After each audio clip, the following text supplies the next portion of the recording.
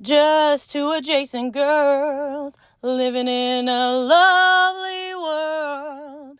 They took a podcast train going anywhere, but kind of specifically through Austin, Texas. Yeah, hook 'em horns. Welcome back, y'all. Welcome to Adjacent. We have a new friend with us today in the studio at Record ATX. Yeah. And we have Talley Maury. That's right. In the house. And I met Talley one day driving around Austin, and we got to talking about when he was born here, his family, and all of those things. So tell us a little, Talley, where are you from originally? Tell us about your childhood and your family. Great. Well, thank you, Jody and Shelly, for having me over this morning. My family came from a little country, a little kingdom that got split between Switzerland and Germany. And the family came over and we settled here in 1847. Wow. And you would know us as the Flugers. Yes. Although, everyone in the family is underneath many, many names now, and there's actually hundreds of thousands of us. They had a lot of children back then, as many as possible. Let's procreate. Well, they were needed for the farms and the fields, and so we've had a history here, and I've of course grew up here, attended Pflugerville through high school, and then University of Texas. Yes, and so diehard Longhorn. Yeah, thanks.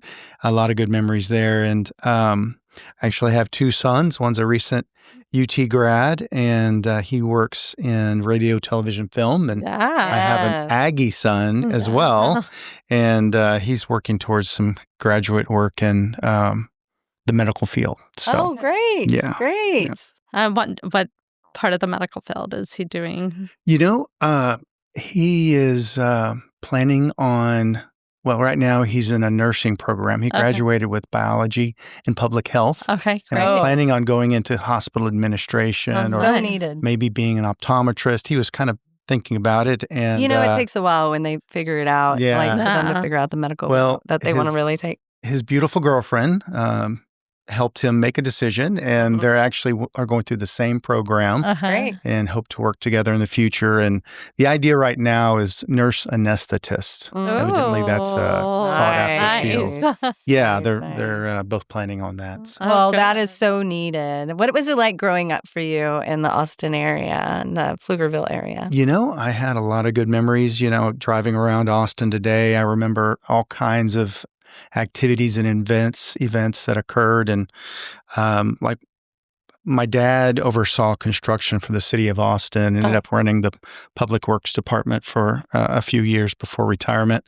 And so I remember going out and seeing when they were cutting through the hills to make Loop 360. Oh, yeah. And when they were building... We remember Mopac. Okay, yeah. Pennybacker Bridge and all that construction. Wow. And, traipsing through the creeks around Austin as they put in, 100-inch water pipelines and lift stations and things like that, and finding arrowheads. And the workers were so nice; they would collect them, and I had a huge bag of arrowheads. So, through I guess thousands, maybe 15,000 years of indigenous people here in the area. Yeah, I'm very much into history and love hearing about those indigenous people. And actually, I recently went to South America. Okay. And had a great trip down there. I know this is mostly about Austin. So. No, but that's okay. What part of South America? I love it. I went to UT with three brothers, three great guys from this Torres family down in La Paz, Bolivia. And they'd been after me to visit for over 30 years. And I finally got both sons through college and went down to visit. I went to Bolivia and Peru, a little bit in Colombia, but mostly Peru, and extensively seeing places like Machu Picchu and Otinyambu, Cusco, and Lima, and other areas. Beautiful areas and quite a bit of history. Went to a lot of the pre-Incan ancient cities and traveled around extensively. I feel like I've known the country for a while now. So that's incredible. How long were you there? Altogether, 6 months. Oh, my Yeah. land. Yes. How Yeah. beautiful. What a great life you live. Well, it was fun. I was able to work remotely in software, so I wasn't all vacation, but quite a bit of it was traveling. But And to do a deep dive in that area is so magical. yeah, no, I loved it. I've had the fortune to travel throughout North and South America pretty extensively, and a little bit into Europe. My sons have definitely got that traveling bite. Oh, I love it. Yeah, one of my sons is about to go to Japan and Thailand and other lovely. Yeah, other islands. So. Everywhere you've visited, what was your favorite so far? There are just beautiful castles in Europe, and like I said, I go into history quite a bit, architecture and things like that. I did love Machu Picchu and the Inca Trail, and there are other cities outside that were like outside Cusco, like Otenyambu. It's pretty amazing. I found it just as interesting, if not more so, than even Machu Picchu, because it has many, many grand buildings, and they're still discovering just how many people and how advanced the civilizations were in Central and South America. It's insane that they could build some of the things they could without the technologies that we have. Oh, it's shocking. It's like, how did they get this? Like Stonehenge and stuff like that. It's like, how did they do this? But you're coming from a space where you grew up with somebody that built the city infrastructure. So you know the inside and out. Like you got to climb through areas and watch the city of Austin grow and become what it is today. So you go into another community and you see, oh, this is how they did it. A lot of people don't look at a city that way. That's a beautiful way to look at a city. It's like, wow, y'all had to figure all this out to make this happen. I think it's incredible. I will say, I do get disappointed with some of the city planning these days. So I do. I look back and I think, man, if we could go back and not have billboards all over the place, and maybe if it wasn't, if there wasn't just a constant shopping centers everywhere would make me happy. I would like, whatever, but technology moves us forward, I guess. Economy. A visitor to our city asked me, they said, is there a highway in the Austin area that's not under construction? Oh. I said, no. I mean, I think they passed a law. I think it's required. It has to be happening at all times. Sure. So, someone asked me, it was like, have you ever, during your lifetime, ever seen I-35 not under construction? I'm like, nope. Never seen it not under construction. It's always under construction. Every highway and never seen that. Never seen that. Even the section. Just add at least 10 to 15 more minutes onto your commute. You'll be fine. Or go very early or very, very late. Well, where do you like to go around in Austin? Where's your favorite place? Or in Pflugerville, Austin, where are some of your favorite places to go?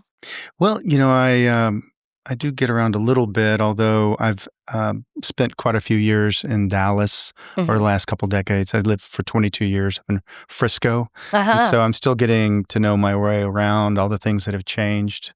The whole East Austin, expansive so development. So gorgeous. Yes, it's a lot of fun down there. And but I enjoy often going with my sons on hikes and bikes and other things all over the regional parks, around the lakes and things like that. Me too. I love it. I love it. I love all the state parks. I'm so grateful for all of our park systems. And they're so magical. There's so many great parks. All over. So you said you're in software. What do you do in software? Well, I started in telecom for about 10 years, and then I've spent the last 22 years in software for various companies, including some of my own, and then other companies that got acquired by Oracle and other groups. Yeah. So, so mostly I've worked in the types of software that retailers use. Oh, yeah. So that would be banks, hotels, restaurants, and then, major big box and other types of retailers. So. Nice. I love that. So what are all your hobbies? Do you like to bike, obviously, travel, obviously? Do you like sports or anything? Oh, I love sports. In fact, I just recently met some really nice guys. The Coleman, two of the three Coleman brothers that are known as the Coleman triplets. They're new UT football players. Nice. And Jordan and Devin. I met Jordan and Devin, and just excellent guys, and really enjoyed talking with them. I've known a lot of the football players over the years, and been involved in various groups like the Texas X's and I love that. it. Yeah, so fun. Are you excited about the new season coming up? Can't wait. I think it's can't going to be a good one. I think it's Yeah. gonna be good. So you're also a part of a charitable group or a movement group that is helping people that are struggling. And tell us a little bit about the group that you are involved with. Sure. Well, it starts when I went down to Bolivia, and I met some missionaries down there that are coordinating over 100 different what they call residentials. So that would be homes or large buildings that are built to house people that are coming out of human trafficking. And they coordinate in dozens of languages in currently about a third of the countries on the planet, the kind of underground railroad of getting human trafficked victims back to their countries of origin. And about 50 million people are taken and trafficked every year, I believe, or that's the current number they believe are being trafficked. And so there's an incredible need. And I met with a missionary family. They were friends of my UT friends in Bolivia, and they'd been down there for nearly 30 years working with the people of Bolivia and then returning them often from the Far East and Middle East and other areas of the world. And so they coordinate for a larger network of these nonprofits. They coordinate a lot of the goings on, and they're constantly having to translate. So if they send one message to their members, they have to translate 25, 30 times into different languages. And then if they get a response, right now they're over 100, but they're looking at being at 150 to 200 within the year. And so they're looking at having to do hundreds of translations. And although there's a big benefit to having, the applications today that offer translation, you still have to, it's still a manual process at that point. And so somebody has to input it. Somebody has to get it there. Right. And then you have to store it, and you have to, share it. And anyway, so I have a software, and I built out the software for various major corporations like Saudi Arabia and Kaiser Permanente, and a group called the Sun Group down in Australia, banks and insurance. And so I built risk management, emergency response, cybersecurity compliance, onboarding and renewal, and other applications, custom applications for other companies. And I brought them all together, being able to use all those parts and pieces to bring about a consummate solution, or what I hope would be a very, very effective solution at not only building lists and allowing real-time communication and translation, but something that can build up the information that currently very few people in these situations go to the police. So we can build up witness statements and testimony, and we want to use AIs to also bring about and to kind of package all that information for governments and law enforcement in other countries, sometimes in the U.S. So we found over 300 ways to use the software in many different areas. For example, we could use it on cell phones so that when people are taken, they might be able to send out an alert. Yes. And we would have we have some ways of using AI to automatically know when people are in trouble. And I don't want to reveal everything, and we don't have that much time. No. But we want to use smartphones. We want to use, tie together all these advocates, volunteers, charitable organizations. We're giving the software away, and we're hoping to get, within the next year or so, over 1,000 charities on it. The more people that we can get on it, the more valuable that data is, not only in helping people, but also in ending, trafficking by getting people arrested and charged and also, prosecuted. One of the things I'm really excited about, I'm working with several different families that have been missionaries overseas, like I said, in Bolivia, then also in Amman, Jordan, and Ethiopia and other countries.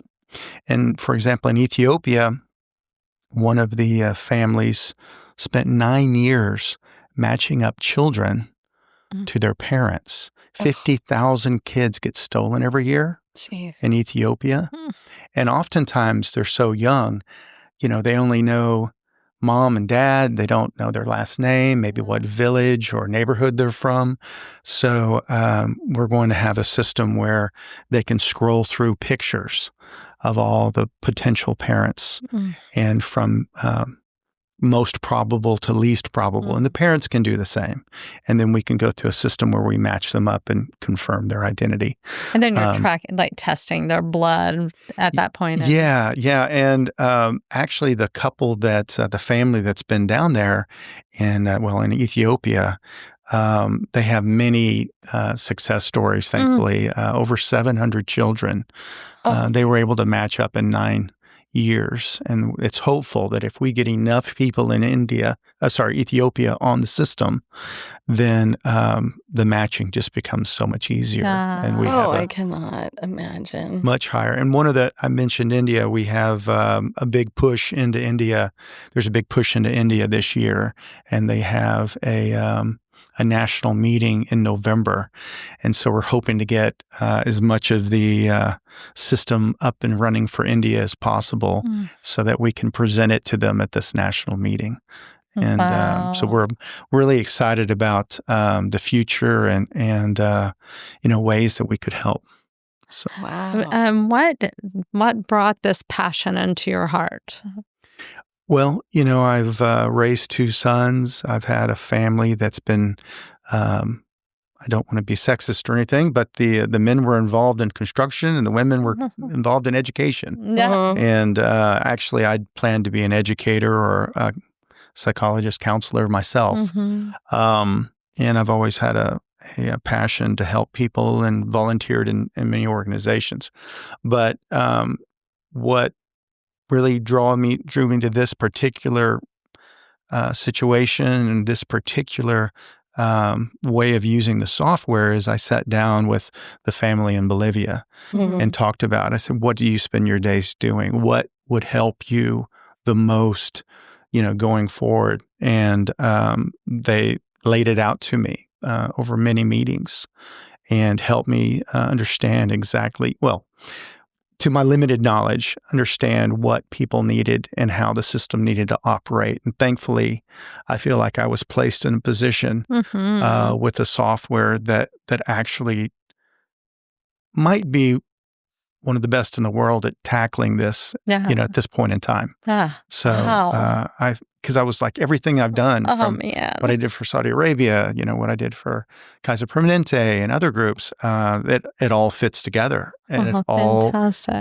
We've all found, the cybersecurity compliance. There's going to be a lot of potential, as we become successful, there's going to be a lot more people trying to bust in and cybersecurity is always necessary. But the compliance is a good part of it. The risk management and emergency response.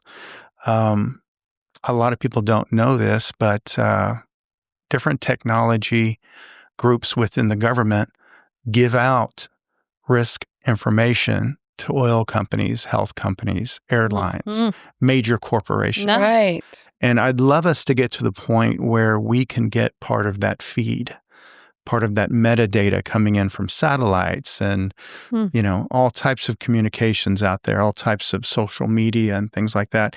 And then we could use a growing network to communicate with people and let them know when their risk, when the risk is going up. I mean, I was traveling in Bolivia and I stopped to have some lunch, and I was outside of a church and at a main street in one of the largest cities in Bolivia. And a cab driver picked me up. And I'm 6'4", 230, and he's not nearly as large as I am.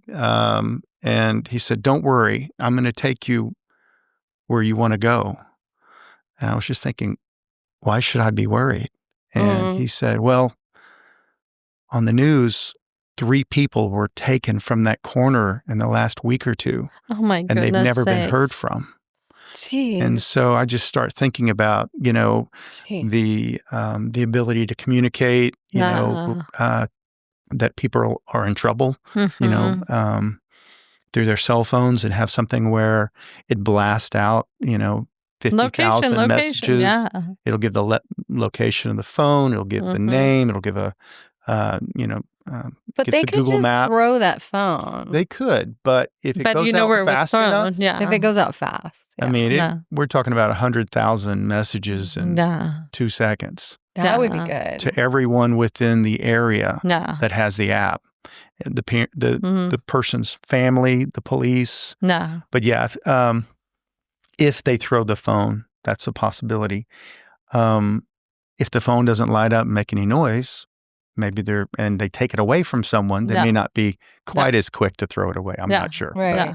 But whatever the case. Okay, can I ask you something? And I know this is not really doable, but we put trackers in pets. What if we put a tracker in Shelly? No, I have a son with autism who's pretty nonverbal. Yeah, he's pretty severe, and I know people don't want trackers, but if I had a kid and then and when they're 18, they could remove the tracker. I would put a tracker in my kid if I could remove it. Is that bad? Am I saying something that you're against? I'm not going to get into all those types of. I mean.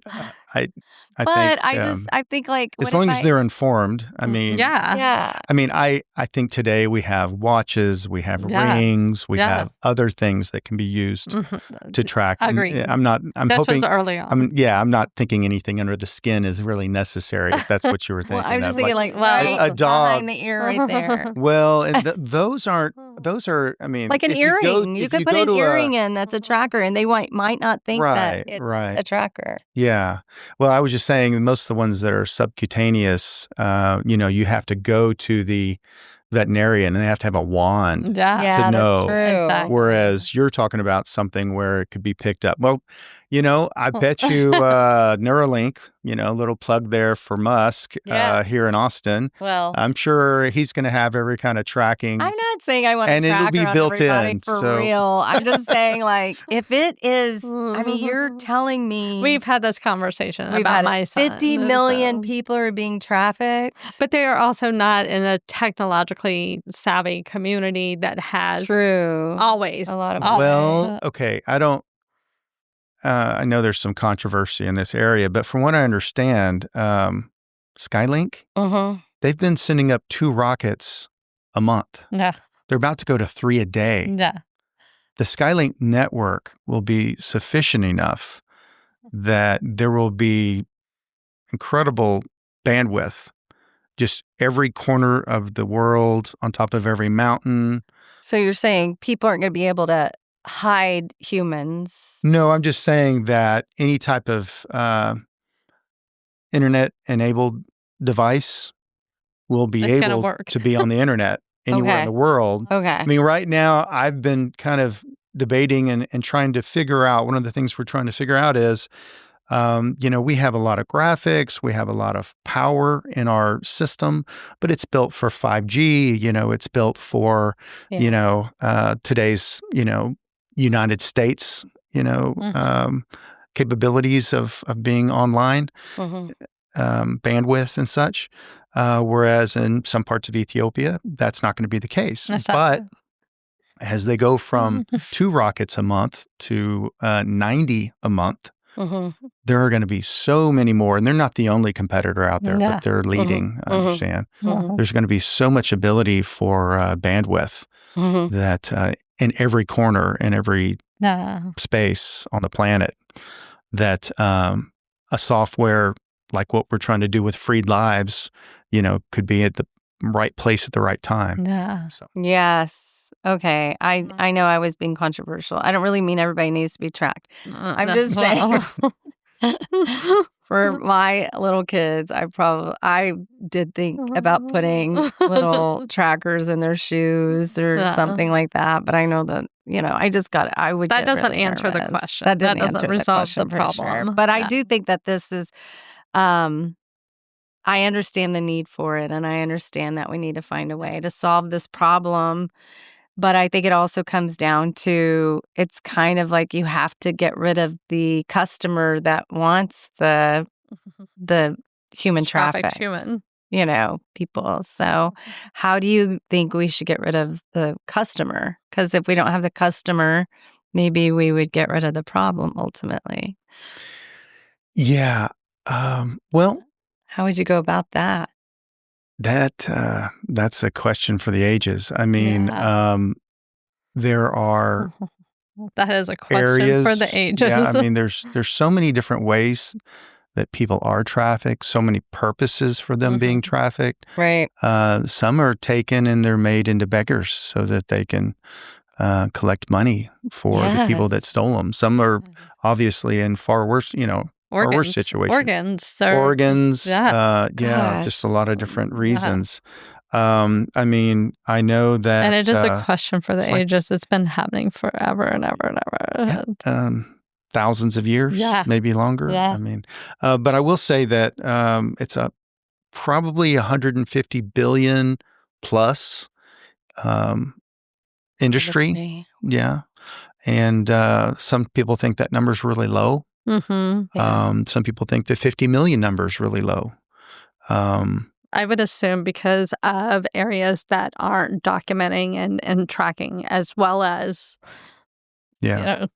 The first thing my mind is get a system in place and have a list of the missing. We don't even have a list of missing. We don't. I mean, there's a Center for Missing and Exploited Children, but charities aren't allowed to have any of that information. It's just something that you turn in a name and you hope someday that somebody your might child read it. reappears or something like that. But we're talking about 133 languages, every country on the planet, anyone, anywhere can put in a missing person. No. And then that information can be shared through charities and through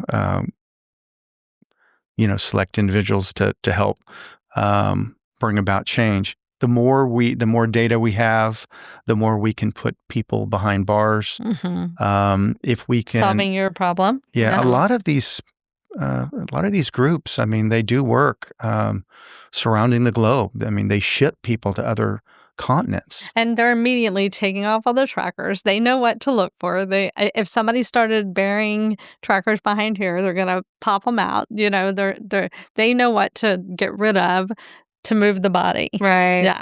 And so terrible. Yeah. Well, and some people that are being trafficked, they're in these countries and they don't really have a lot of hope.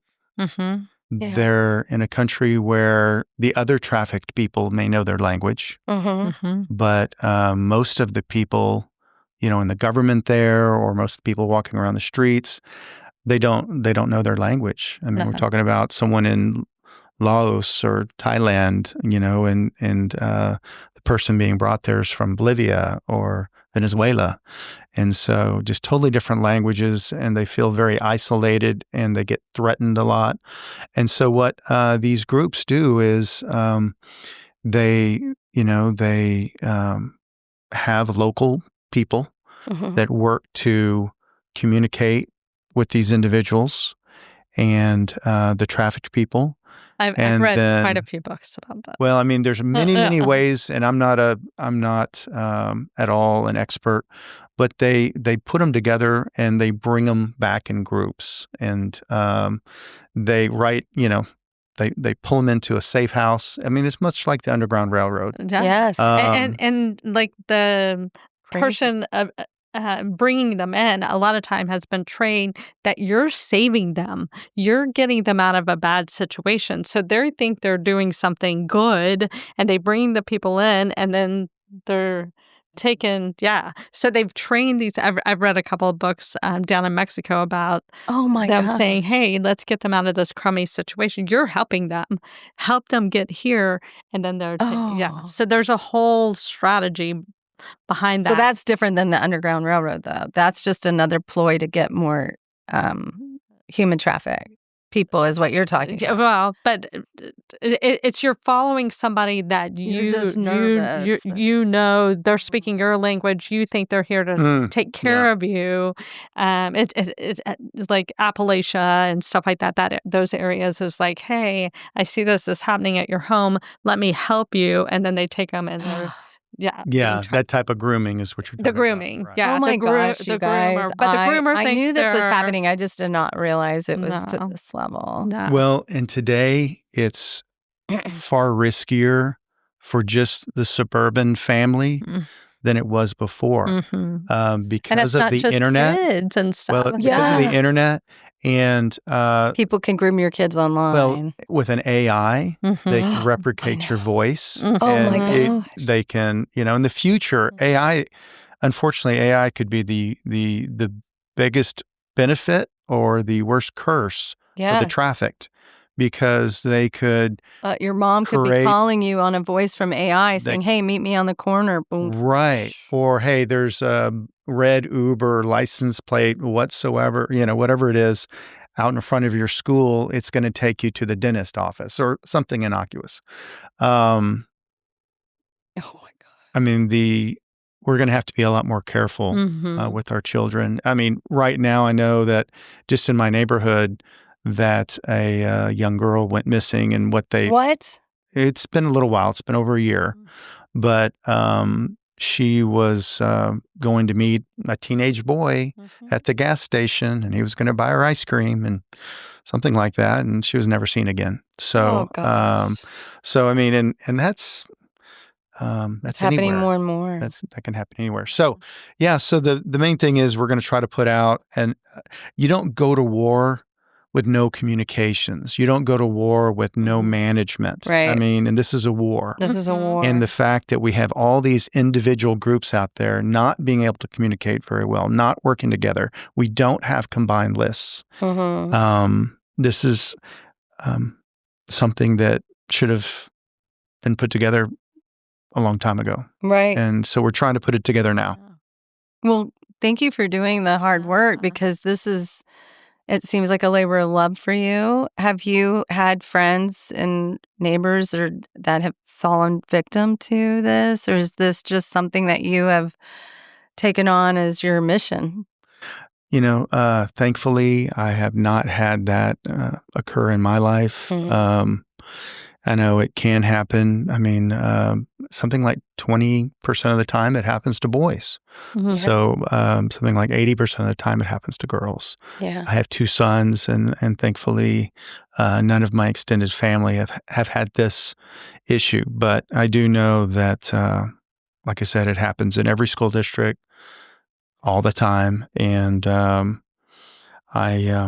so scary. Yeah, I want us to try to finish the last things we have to do and get it launched and get it live.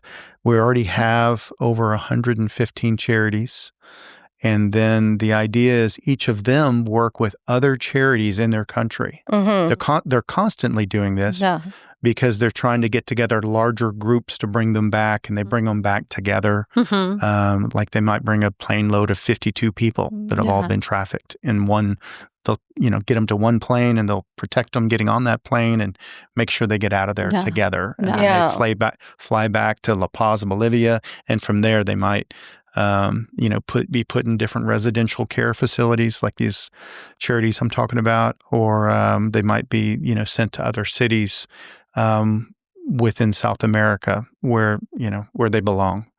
And then they get counseling, and they get, they have group therapy. They get trained on other skills that they might be able to use, like, typing and computer skills and stuff like that. And they help them get off any types of substances. And most, or a number of them, have children. So it's kind of a mixture between a orphanage, a school, a halfway house, and so. Thankfully, they feel so much love there at these residential care facilities that a lot of times they don't ever want to leave. So they end up just, buying the next house over and starting to work on expanding. And then they can also help and do that. Yeah. They understand. Wow. Don't we wish for a simpler time? Yeah. What is, tell us everything. How do people get in touch with you? How do people support this movement? What do they need? We have a website, and it's Freed, Freed, lives, lives.org. Okay. And we're on Facebook as Freed Lives Org, Instagram, again, Freed Lives Org. GoFundMe is under Freed Lives. We're working with several 501c3s, and it was kind of a debate on whether or not we were just going to partner with all of them, and we're giving it the software away anyway. But we're also in the process of getting our own 501c3 because it might become useful, in the future. Agreed. But we have other, for people that want to donate larger sums that wouldn't be on GoFundMe, then we have 501c3s that they would go through that have been around for, decade or two. And, they also work in human trafficking. So I think when I first met you and I asked you to come on the podcast, we were talking about Pflugerville and Austin and your family growing up here. And then I see that you have a bigger message and a bigger cause. And I'm so glad that you came on because as much as I love to talk about Austin and all the changes in Pflugerville and Austin and Round Rock and all of the centralized areas, I think it's so great to see someone doing the good work that you're doing to try to save lives. Incredible. And connect people back to their families and where they can be taken care of. This is an epidemic that needs to end. Who would you like to get in front of? Because I love to Shelly's connect a great people. Connector. And do you need to be on Joe Rogan's show? And tell me where do you want? How do we get you more out How do we there? get this story out? If this it's not with adjacent, though I would love for it. If this conversation shows anything, I'm not ready for Joe Rogan, but I don't know. We have plans as we develop to meet with all the major human trafficking organizations, and the plan is to give it away. I've talked with major corporations like Google. We're using AI in a lot of what we're doing, and so we're working with different organizations. The majority of what we need to go forward is really going to be hosting and AI, computation and things like that. And that's something that, Microsoft, Google, those types, Microsoft through Azure, Google, Amazon Web Services. Those are the types of groups that we want to get in front of in order to continue to provide the service for free. There's very little that needs to be done as far as software development. Thankfully, we have that. well underway and covered. And it's using a system that's been around and used. It's been used by thousands of companies. So it's not something we're kind of guessing at. I know the software's there. Yeah, I know that there are a lot of people from, founders of nonprofits to sports and movie stars that would all be very good to help expand the outreach. I'm hoping maybe in the next 2 or 3 months we'll get the rest of this worked out. We'll be ready for India in November, and then we'll be able to do more outreach. But my first plan is to cover the 115 that are already existing, cover those that they're adding this year to India and other countries, and then kind of continue from there.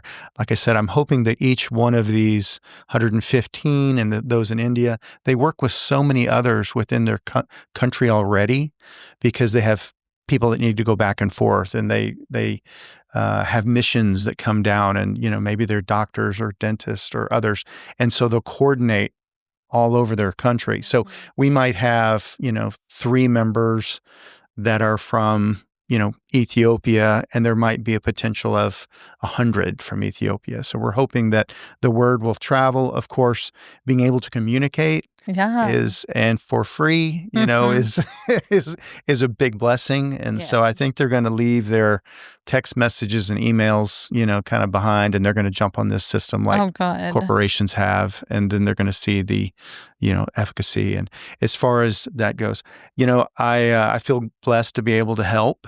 And I sit at a air-conditioned home on a computer, and I'm really not struggling like so many do out in the field. I've had friends that have been missionaries in the Congo for 30 years and other places, and bless them. So no, I just really appreciate y'all's time and letting me get here. Yeah. Well, come on and keep us up. No, I do have a lot of fun stories, My parents met at the Wurst Fest in 1968. Yes. My mom is from South Austin, where my grandfather had a 400-acre sheep farm and worked in dentistry. And then, my dad and the family are in Pflugerville, and we've got a ranch out there. And we're raised going to all the different little parades in Austin, and camping around the whole area, fishing in all the lakes. It's just changed so much. The little lake lots my grandfather had, where we would all go on the weekends, and yes, like Travis, the whole place has changed. Yeah, it's changed incredibly, very much. From like 150,000 to over 2 million. So I know. Yeah. Insane. That's nuts. Well, this has been a real treat. Thank you for so much informing for me. I'm going to get Shelly a tracker earring. I know. That necklace could do it. Tracker hormone. Well, they'll kick her out when she does this. I know. When I start blowing, they'll be like, get out of the car. Not to make light of the situation, but well, thank you so much, Talley, for coming all this way and for hanging out with us and teaching us about and please keep us what's going on. Please let us know. We will share this information with our listeners, and hopefully it will equal a lot of more informed, living out there. We have to be safe. We have to be watching all the time, be aware, and hopefully this new technology will keep people safe and return back to their loved ones. So thank you. Yeah. Thank you. What a giver. Well, what a giver. Thank you, Jody and Shelly, for your time. And y'all are everything I've heard about. I've listened to several of your podcasts. Oh, gosh. What a joy. Sorry. What a joy. Sorry about that. Shelly writes all the scripts. Texas. Yeehaw.